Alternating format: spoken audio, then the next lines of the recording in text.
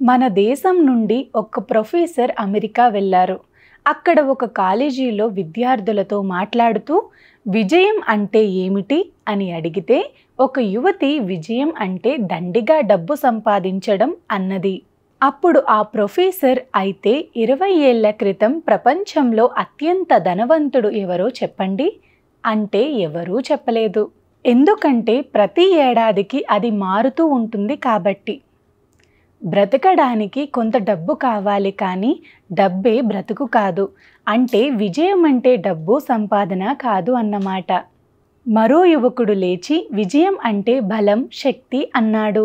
అలా అయితే Alexander, Napoleon, Mussolini, Hitler, Stalin, bin Laden వీళ్ళంతా బలవంతులు, ప్రపంచాన్ని గెలవాలని అనుకున్న వారే కదా. వీళ్ళు జీవితంలో సంతోషంగా ఉండగలిగారా? వీళ్ళ జీవితాలు ఎలా గడిచి ముగిసాయో చరిత్ర చెబుతున్నది కదా. తన బలంతో, తన ముష్టి గాథాలతో మహాబలవంతులను మట్టి కరిపించిన మహమ్మద్ అలీ అనే ప్రపంచ ఛాంపియన్ బాక్సర్ తరువాత కొన్నేళ్లకు పార్కిన్సన్ వ్యాధి వల్ల కాఫీ కప్పును కూడా పట్టుకోలేకపోయాడు. అయితే విజయం అంటే బలం, శక్తి, సంపాదన కాదు అన్నమాట. మరో యువతి విజయం అంటే ప్రఖ్యాతి, అందం అంది. అయితే Kate Moss, Jean Shrimpton, Sophia Loren, Marilyn Monroe లాంటి అతిలోక సౌందర్యవతుల జీవితాలు ఎంత బాధాకరంగా ఉండేవో చాలామందికి తెలియదు.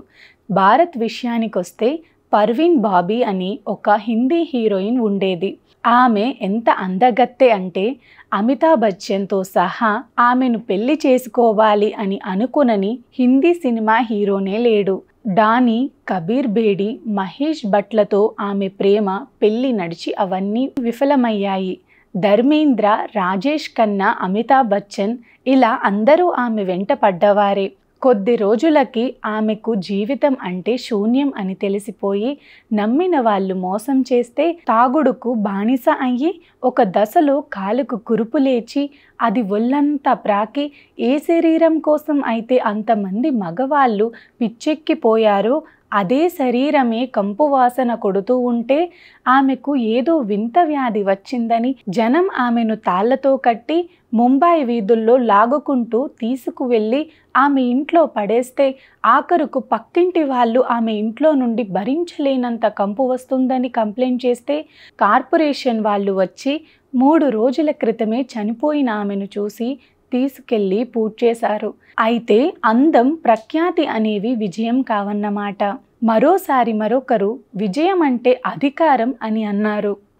అయితే కాగితం మీద ఈ దేశాన్ని పాలించిన ప్రధానమంత్రుల పేర్లు అన్నీ వ్రాయండి అని అంటే ఉన్న 50 మందిలో 39 మంది అందరూ ప్రధానుల పేర్లు వ్రాయలేకపోయారు. మా అనంతపురంలో ఒకప్పుడు రాష్ట్రపతిగా వెలిగిన సంజీవ్ రెడ్డి గారి ఇంటి దగ్గర ఇప్పుడు పిచ్చి మొక్కలు పెరుగుతున్నాయి, పందులు దొర్లుతున్నాయి.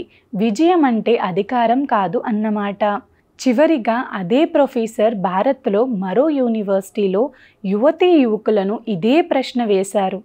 విజయం అంటే ఏమిటి? అందరూ మౌనంగా ఉంటే అప్పుడు ఆయన అన్నారు, మీ అవ్వా తాతల పేర్లు మీకు తెలుసా? అందరూ తెలుసు అన్నారు. వాళ్ళ అవ్వా తాతల పేర్లు తెలుసా అని అడిగితే 5-6 మంది తెలుసు అన్నారు. వాళ్ళ అవ్వా తాతల పేర్లు తెలుసా అంటే తెలియదు అన్నారు. అప్పుడు ప్రొఫెసర్ గారు శ్రీరాముడు, శ్రీకృష్ణుడు, బుద్ధుడు, ఆదిశంకరుడు అందరూ ఓ తెలుసు అని ముక్త కంఠంతో బదులిచ్చారు. మీకు మీ సొంత అవ్వా తాతల గుర్తుకు లేరు, కానీ మీరు ఎన్నడూ చూడని వీళ్ళంతా ఎలా గుర్తున్నారు అని అడిగినప్పుడు పద్మిని అనే ఒక యువతి ప్రొఫెసర్ గారు అంతదాకా చేసిన గొప్ప ఉపన్యాసానికి చాలా ఎమోషనల్ అయ్యి కళ్ళల్లో నీరు తిరుగుతుండగా ఇలా అంది, సార్, మీ ప్రశ్నలకు నేను జవాబు చెబుతాను. మాకు మా పూర్వీకుల పేర్లు తెలియకపోవటం, రాముడు, కృష్ణుడు, బుద్ధుడు పేర్లు ఇంకా గుర్తు ఉండటానికి కారణం ఇదే.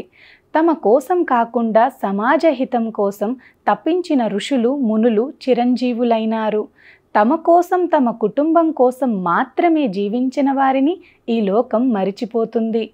ఇతరుల కోసం జీవించే వారిని ఈ లోకం ఎప్పటికీ గుర్తుపెట్టుకునే ఉంటుంది. ఇదే విజయం అంటే. నా గురించి నేను దుఃఖించకపోవటమే నా ఆనందానికి కారణం అని 2600 ఏళ్ల క్రితం బుద్ధుడు చెప్పిన మాట. ఇతరుల కోసం జీవించేవారే నిజంగా జీవించినట్టు. అలా చేయని ఇతరులు జీవించి ఉన్నా మరణించినట్టే లెక్క. Only they live who live for others, the others are more dead than alive అని వివేకానంద 1896లో అన్న మాట ఇదే కదా. ప్రకృతిని కాపాడటం మన ధర్మం. ప్రకృతిని కాపాడండి, ఒక్క మొక్కైనా నాటండి. సర్వే జనా సుఖినో భవంతు. గోవులను సేవించండి, గోవులను రక్షించండి. అనంత భక్తి సనాతన ధర్మ ఛానల్ని తప్పకుండా సబ్స్క్రైబ్ చేసుకోండి. మీ ఫ్రెండ్స్ అండ్ ఫ్యామిలీ మెంబర్స్కి వీడియోని తప్పకుండా షేర్ చేయండి. వాళ్లకు అసలైన విజయం అంటే ఏమిటో తెలియచేయండి. నమస్కారం.